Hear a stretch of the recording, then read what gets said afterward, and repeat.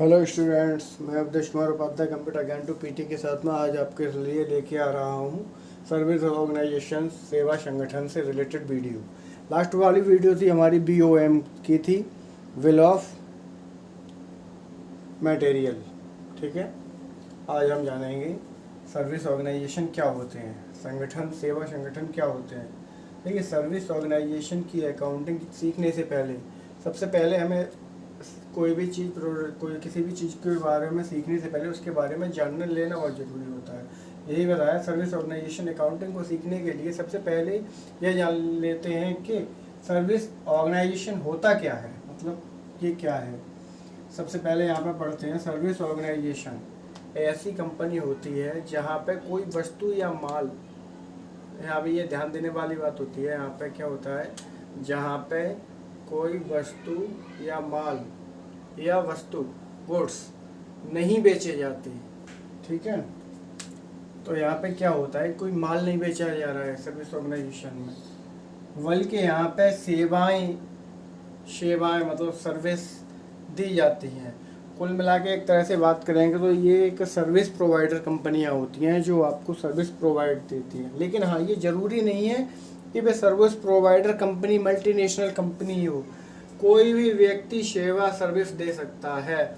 एक मजदूर भी अगर आपके घर पर काम करता है तो वो भी आपके लिए सर्विस दे रहा है और फिर अब शाम को जो अपना पेमेंट कलेक्ट कर रहा है आपसे।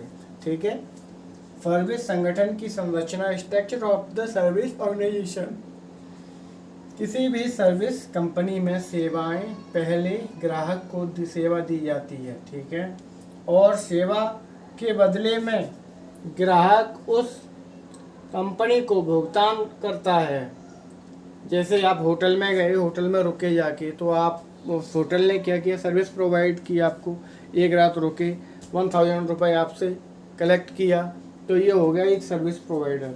उसने सर्विस दिया, आपने उसे पेमेंट किया, और सेवाएं बदले में ग्राहक उस कंपनी को भुगतान करता है। ठीक है, उदाहरण के लिए मान लो जैसे एक वकील है, आपके केस को लड़ रहा है, वो कोर्ट में आपसे केस लड़ने के लिए पैसे कलेक्ट कर रहा है, पेमेंट ले रहा है आपसे, तो ये उसका जो वकीलात का उसका पैसा है ना, वो उसके लिए सर्विस है, वो सर्विस प्रोवाइड कर रहा है आपको। ठीक है, तो यहाँ पे क्या होता है, सबसे पहले कस्टमर सर्विस दे रहा है आपको, कस्टमर फिर पेमेंट ले रहा है सर्विस ऑर्गेनाइजेशन।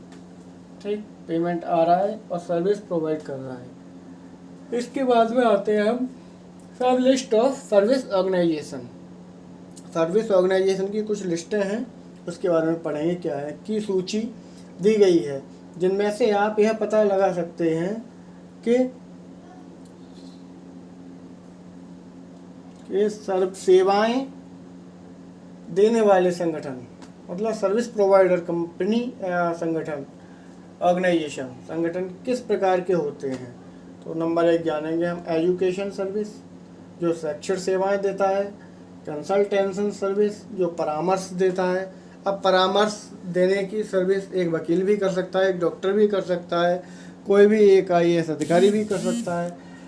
ठीक है, तो जो आपको सर्विस प्रोवाइड करके आपसे पेमेंट कलेक्ट कर रहा है तो उसे हम सर्विस प्रोवाइडर बोलेंगे। हेल्थ केयर स्वास्थ्य केंद्र वाले हैं, बैंकिंग सेक्टर्स, बैंकिंग का क्षेत्र हो गया आपका, होटल एंड रेस्टोरेंट सर्विस हो गई, अकाउंटिंग एंड ऑडिटिंग सर्विस, लेखांकन और लेखांकन की सेवाएं, ये सारी चीज़ें आपको होती हैं। नेक्स्ट वीडियो में आएगा सर्विस ऑर्गेनाइजेशन इन टैली।